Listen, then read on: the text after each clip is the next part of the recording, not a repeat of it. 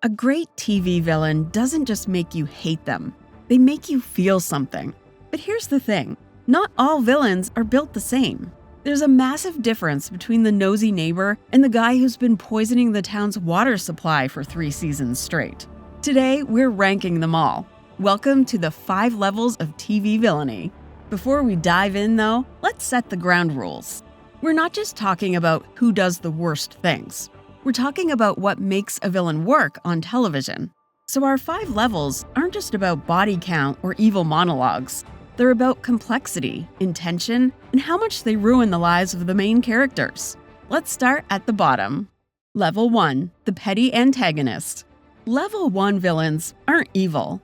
Not really. They're just the worst. These are the characters whose villainy is almost embarrassingly small scale. Think Toby from The Office. He's not dangerous, he's just a buzzkill in a cardigan. Or Newman from Seinfeld, a man whose entire existence seems oriented around making Jerry Seinfeld's life slightly worse. Is he evil? No. Is he infuriating? Absolutely. Or how about Pierce Hawthorne from Community? Casually offensive, chronically self-absorbed, and completely unaware of the damage he leaves behind. And even Cersei Lannister in the very early episodes of Game of Thrones. Before things escalate wildly, just a woman making passive-aggressive comments at family dinners while quietly plotting your social destruction. The petty antagonist is frustrating precisely because you can't really call them a villain. If you tried to explain to someone why you hate them, you'd sound unhinged. And yet, these characters serve a crucial purpose. They create friction. They remind you that most of life's misery doesn't come from supervillains. It comes from the person who conveniently forgets to CC you on the important email. And the hallmark of a great level 1 villain?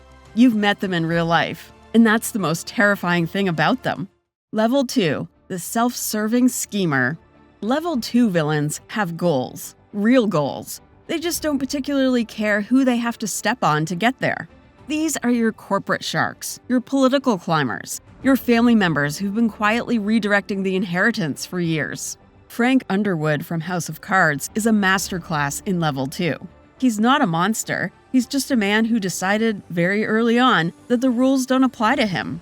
Every betrayal, every manipulation, it's all transactional, nothing personal, pure calculus. Then there's Logan Roy from Succession, a billionaire media patriarch who treats his own children like chess pieces. Logan doesn't scheme because he has to. He schemes because it's the only language he knows. And if you want the comedy-flavored version of this archetype, look no further than Gavin Belson from Silicon Valley, a tech CEO so consumed by ego and competitive paranoia that he'll torpedo his own company just to stop someone else from winning. And that's what makes Level 2 so compelling. You almost respect them. You catch yourself rooting for them, and then you have to sit with that feeling. What separates Level 2 from Level 1? Scale and premeditation. The petty antagonist is reactive. The schemer, however, has a plan. They've thought 3 moves ahead. Danger level, high, but still mostly confined to white-collar damage. Nobody's getting physically hurt. Just, emotionally annihilated. Level 3, the morally compromised protagonist. Here we are, the level that makes us question, are we the villain?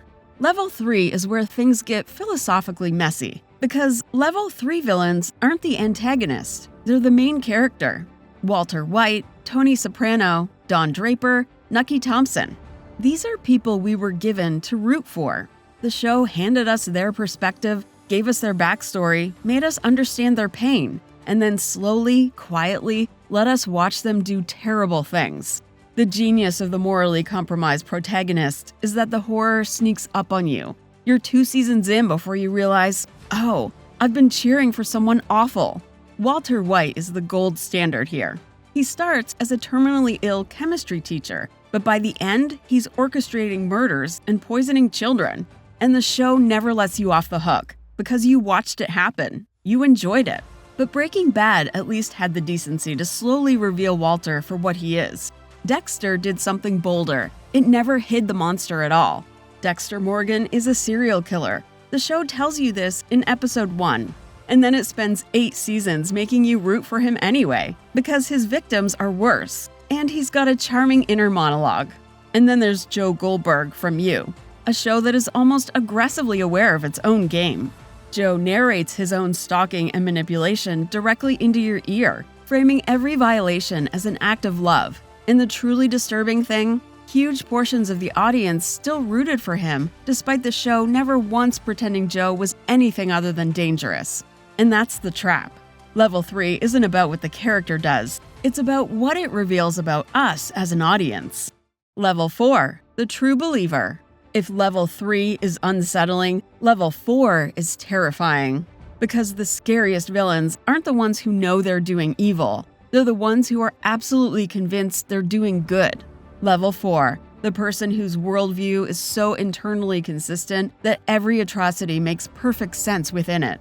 Fred Waterford, the commander in The Handmaid's Tale, is the defining example. He's not chaotic, he's not unhinged, he has order. He helped build a theocratic regime from the ground up, and he sleeps soundly every night because in his mind, he's saving civilization. The horror isn't that he's a monster, it's that he genuinely describes himself as one of the good ones. Then there's Stringer Bell from The Wire, a man who intellectually outgrew the drug trade but kept feeding it anyway, convinced he could rationalize his way to legitimacy. Or Joffrey from Game of Thrones in the early seasons, a boy king so thoroughly convinced of his divine right to rule that cruelty wasn't even cruelty to him, just the natural order asserting itself. True believers are impossible to reason with because logic isn't the problem. Their values are the problem. What makes Level 4 so dramatically rich is the mirror it holds up. These characters often articulate broken systems and real injustice. They just arrived at monstrous solutions.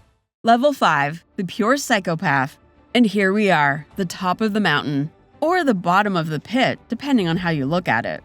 Level 5 villains are rare, and when they're done well, unforgettable. These characters have no ideology, no grand plan. They operate outside the normal rules of human motivation. Ramsay Bolton from Game of Thrones is the purest expression of Level 5 villainy in recent television history. He doesn't want power, exactly. He doesn't want revenge. He wants to play. Suffering is the point. The chaos is the reward. Hannibal Lecter, as portrayed in NBC's Hannibal, elevates this further by wrapping pure psychopathy in extraordinary intelligence and aesthetic refinement. He's not just dangerous, he's beautiful in his danger. He gives therapy. He also occasionally eats people, which, in the world of Hannibal, somehow feels like a secondary detail. That's how good the writing is. And then there's Kilgrave from Jessica Jones. What makes Kilgrave so uniquely disturbing is the specificity of his horror. He can make anyone do anything. And what does he use it for? Not world domination, not even wealth. He uses it to possess one woman who doesn't want him. Every terrible thing he does flows from that deeply personal obsession. He's not alien in his motivation. He's grotesquely human in it, which somehow makes him worse. The thing about Level 5 is that it removes the safety net of understanding. With every other level, you can trace the logic, even if you hate it. With Level 5, however, you're staring into something genuinely alien. They're most effective in small doses. Overuse them and they become cartoons. But use them right, and they'll become the thing you think about at 2 a.m. for reasons you can't fully explain. So there you have it. From the coworker who takes your lunch from the office fridge, all the way to the man who skinned someone for sport. Television villains are one of the medium's greatest gifts, because great TV gives them time to grow. The best of them aren't just obstacles for the hero, they're questions about power, about morality, about what we're willing to excuse in people and in ourselves. Which level scares you most? Drop it in the comments. If you want more breakdowns similar to this, hit like and subscribe. And don't forget to check out tvshowpilot.com for even more character studies and trope deep dives.